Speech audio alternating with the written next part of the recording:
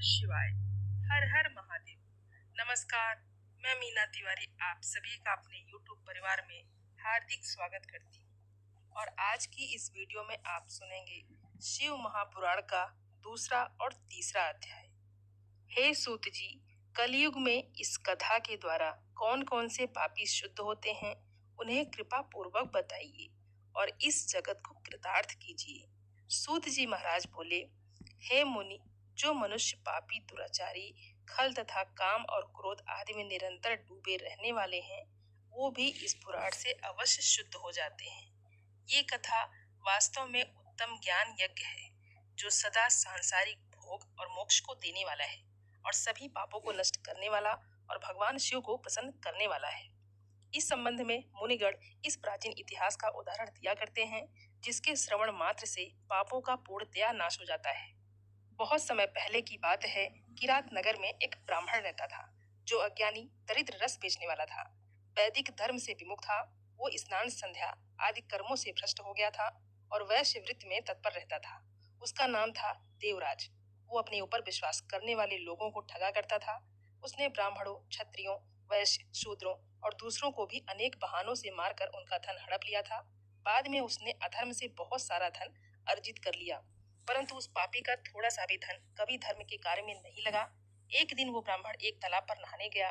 वहां शोभावती नाम की एक वेश्या को देखकर अत्यंत मोहित हो गया और वो सुंदरी भी उस धनी ब्राह्मण को अपने वशीभूत हुआ जानकर बहुत प्रसन्न हुई और आपस में वार्तालाप से उनकी वृत्ति उत्पन्न हो गई। अपने माता पिता और पत्नी के बार बार रोकने पर भी पाप कृत में संलग्न वो ब्राह्मण उनकी बात नहीं मानता था। एक दिन रात्रि में उस दुष्ट ने ईर्ष्यावश अपने सोए हुए माता पिता और पत्नी को मार डाला और उनका सारा धन हर लिया। एक दिन वो घूमता घामता देव योग से प्रतिष्ठानपुर में जा पहुंचा। वहां उसने एक शिवालय देखा, जहां बहुत से साधु महात्मा एकत्र हुए थे। देवराज उस शिवालय में ठहर गया और वहां उस ब्राह्मण को ज्वर आ गया। उस ज्वर से उसको बड़ी पीड़ा होने लगी और वहां एक ब्राह्मण देवता शिव महापुराण की कथा सुना रहे थे। ज्वर में पड़ा हुआ देवराज ब्राह्मण के मुखार बिंद से निकली हुई उस शिव कथा को निरंतर सुनता रहा। 1 मास के बाद वो ज्वर से अत्यंत पीड़ित होकर चल बसा। यमपुरी ले गए। इतने में ही शिवलोक भगवान शिव के पार्षदगण आ गए और उनके गौर अंग कर्पूर के समान उज्जवल थे। हाथ त्रिशूल से सुशोभित हो रहे थे। उनके संपूर्ण अंग भस्म से उद्भव थे और वो सबके सब क्रोध करते हुए यमपुरी में गए और यमराज के दूतों को मार पीट कर उन्होंने देवराज को उनके चंगुल से छुड़ा लिया और अत्यंत अद्भुत विमान पर बिठाकर जब वो शिवदूत कैलाश जाने को उद्यत हुए, तो उस समय यमपुरी में बड़ा भारी कोलाहल मच गया। उस कोलाहल को सुनकर धर्मराज अपने भवन से बाहर आए और साक्षात दूसरे दूतों के समान प्रतीत होने वाले उन चारों दूतों को देखकर धर्मज्ञ धर्मराज ने उनका विधि पूर्वक पूजन किया। यम ने ज्ञान दृष्टि से देखकर सारा वृतांत जान लिया। उन्होंने भय के कारण भगवान शिव के उन महात्मा दूतों से कोई बात नहीं पूछी। यमराज से पूजित और प्रार्थी होकर वो शिवदपूत कैलाश को चले गए और उन्होंने उस ब्राह्मण को दया सागर श्राप शिव को दे दिया। शिव पुराण की ये परम पवित्र कथा धन्य है, जिसके सुनने से पापी जन भी मुक्ति के योग बन जाते हैं। भगवान सदाशिव के परम धाम को वेदज सभी लोकों में सर्वश्रेष्ठ बताते हैं।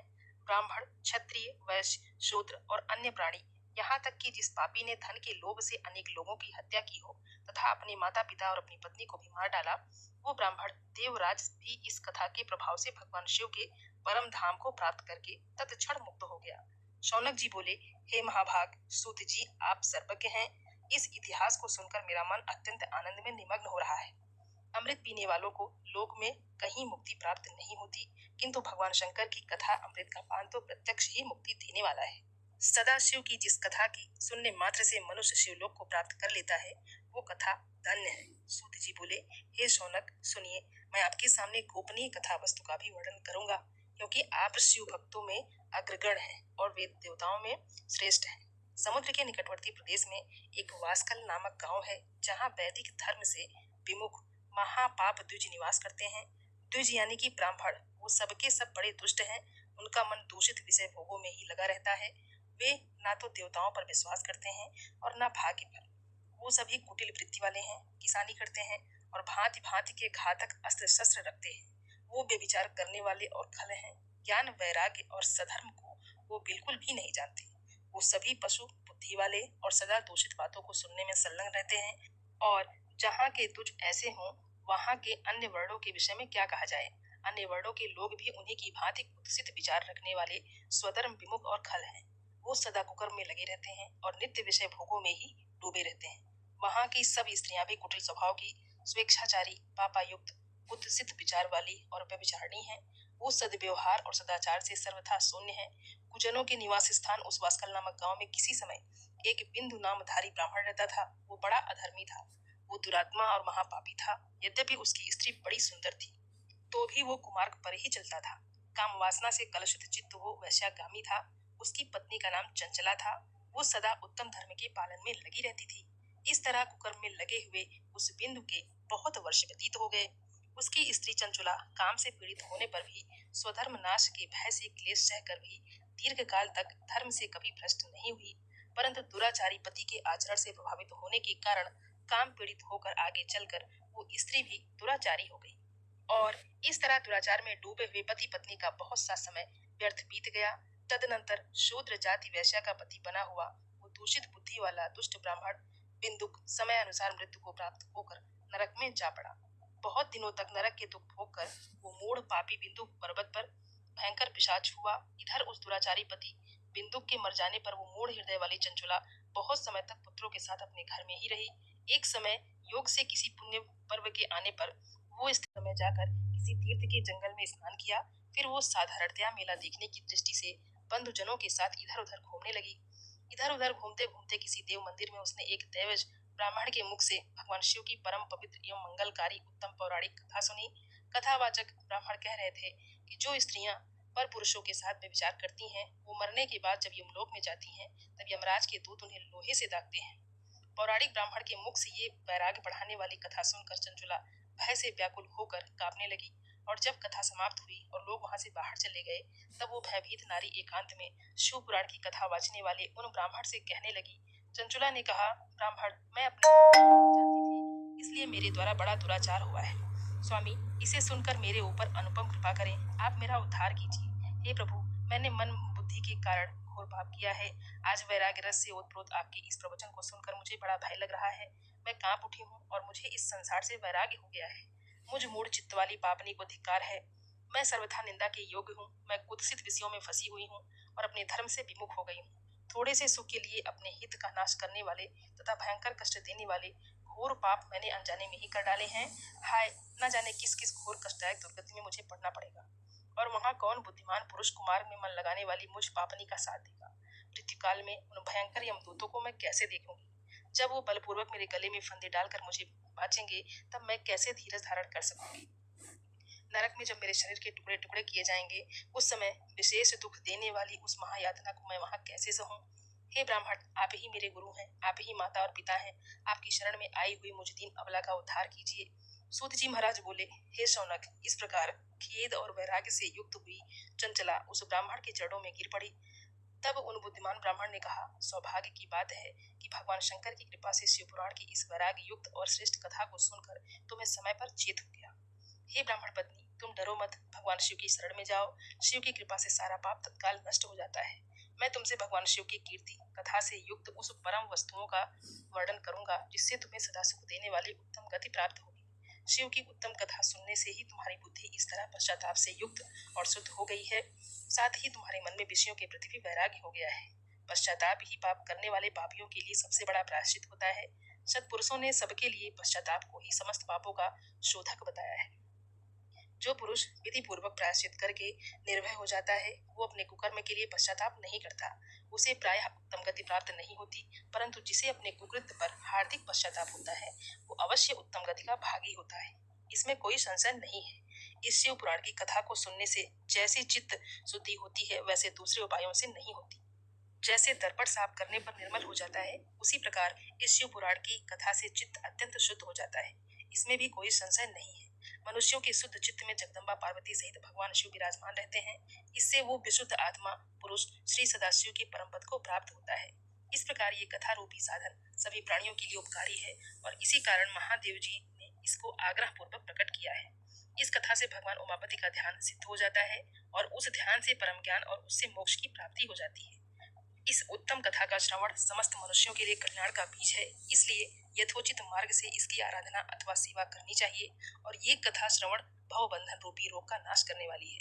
भगवान शिव की कथा को सुनकर फिर अपने हृदय में उसका मनन करने से पूर्णतः मन की शुद्धि हो जाती है।